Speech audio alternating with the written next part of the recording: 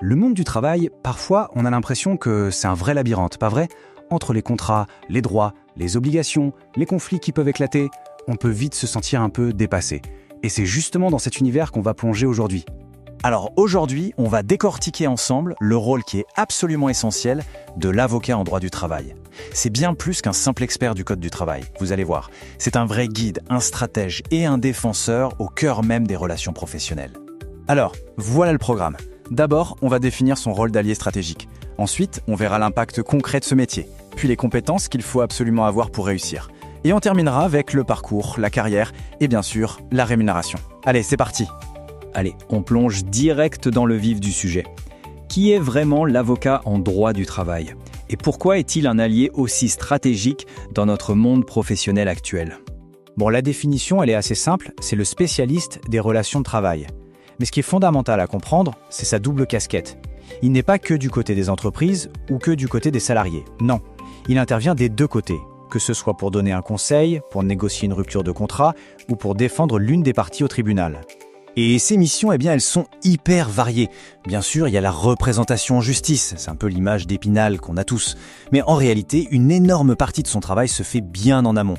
Il conseille pour éviter que les problèmes n'arrivent, il rédige des contrats de travail blindés, il négocie des accords. Bref, la prévention, c'est vraiment un aspect crucial de son job. Et cette polyvalence, on la retrouve aussi dans les endroits où il ou elle peut travailler. L'option la plus classique, c'est le cabinet d'avocats, évidemment, mais beaucoup choisissent de travailler directement en entreprise, dans les services juridiques. On en trouve aussi dans les syndicats, comme consultants à leur compte, ou même dans des organismes publics. C'est vraiment un métier qui s'adapte à plein de contextes différents. Allez, on passe aux choses sérieuses. Comment on devient avocat en droit du travail et ça gagne combien? Si on prend l'exemple de la France, le chemin est assez balisé. On commence par une licence en droit, puis on se spécialise avec un master en droit social. Après ça vient la préparation, souvent très intense, à l'examen d'entrée à l'école d'avocat pour décrocher le fameux CAPA. Bien sûr, des parcours similaires existent ailleurs, avec des examens du barreau, que ce soit en Amérique du Nord ou en Afrique de l'Ouest. L'idée est toujours la même, une spécialisation de plus en plus pointue. Ok, on a vu le pourquoi. Maintenant, penchons-nous sur le comment. C'est quoi les compétences clés pour vraiment réussir et s'épanouir dans ce domaine qui est quand même exigeant? Et là, ce qui est fascinant, c'est de voir à quel point il faut un équilibre parfait entre deux types de compétences. D'un côté, le hard skill, la maîtrise du droit sur le bout des doigts, la rédaction, la plaidoirie, mais de l'autre, les qualités humaines. Bon, parlons salaire. Là, faut savoir qu'il y a de grosses différences selon où l'on travaille, surtout en début de carrière. En France, un jeune avocat collaborateur va commencer entre 30 000 et 45 000 euros par an. En Amérique du Nord, les salaires de départ sont bien plus élevés et la fourchette est beaucoup plus large. Ça peut aller bien au-delà des 100 000 $. Mais le point le plus important à retenir, c'est que ces chiffres, ils grimpent très très vite avec l'expérience et la réputation. Alors, petite pause. Pour aller plus loin dans ton parcours d'orientation ou pour le choix de ton futur métier, je t'invite à télécharger l'application Orientude pour t'aider à faire le meilleur choix possible pour tes futures études. Ok, maintenant passons à ce qui rend ce métier vraiment spécial.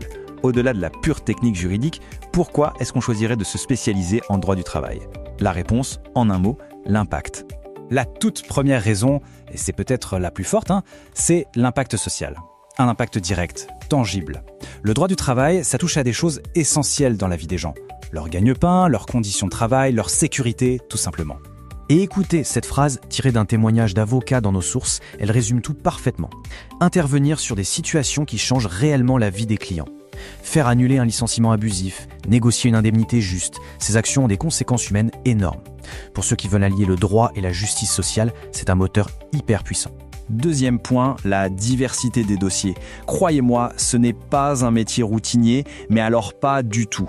Chaque jour amène son lot de nouveaux défis, de nouvelles histoires. Imaginez, un jour, on est sur un litige individuel pour du harcèlement. Le lendemain, on bascule sur une négociation collective géante dans le cadre d'une restructuration d'entreprise.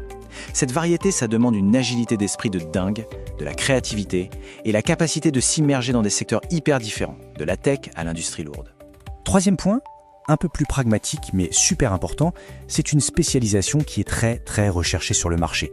Pour les experts compétents, la sécurité de l'emploi, elle est bien là. Le monde du travail, il est tout le temps en train de bouger. Et c'est ça qui rend ce domaine à la fois passionnant et toujours pertinent. Prenez l'explosion du télétravail. Du jour au lendemain, ça a créé un besoin immense d'expertise sur des questions de droit à la déconnexion, de prise en charge des frais. Chaque nouvelle loi, chaque crise économique, ça redéfinit les règles et ça garantit que ces avocats sont indispensables.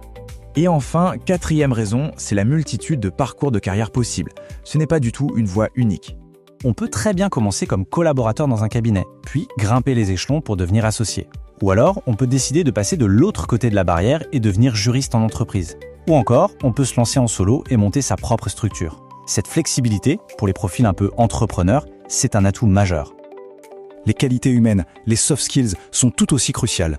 Un avocat peut être un génie du code du travail, mais s'il ne sait pas écouter, comprendre et rassurer un salarié en pleine détresse, il perd la moitié de son efficacité. C'est vraiment l'un qui ne va pas sans l'autre. Donc pour résumer, oui, c'est un métier exigeant, ça c'est clair. Mais c'est aussi un métier d'une richesse incroyable. C'est un vrai carrefour où se rencontrent la stratégie intellectuelle pure, l'art de la négociation et une finalité très concrète, changer, pour le mieux, la vie des gens. Et tout ça, finalement, ça nous amène à une dernière pensée, une dernière question.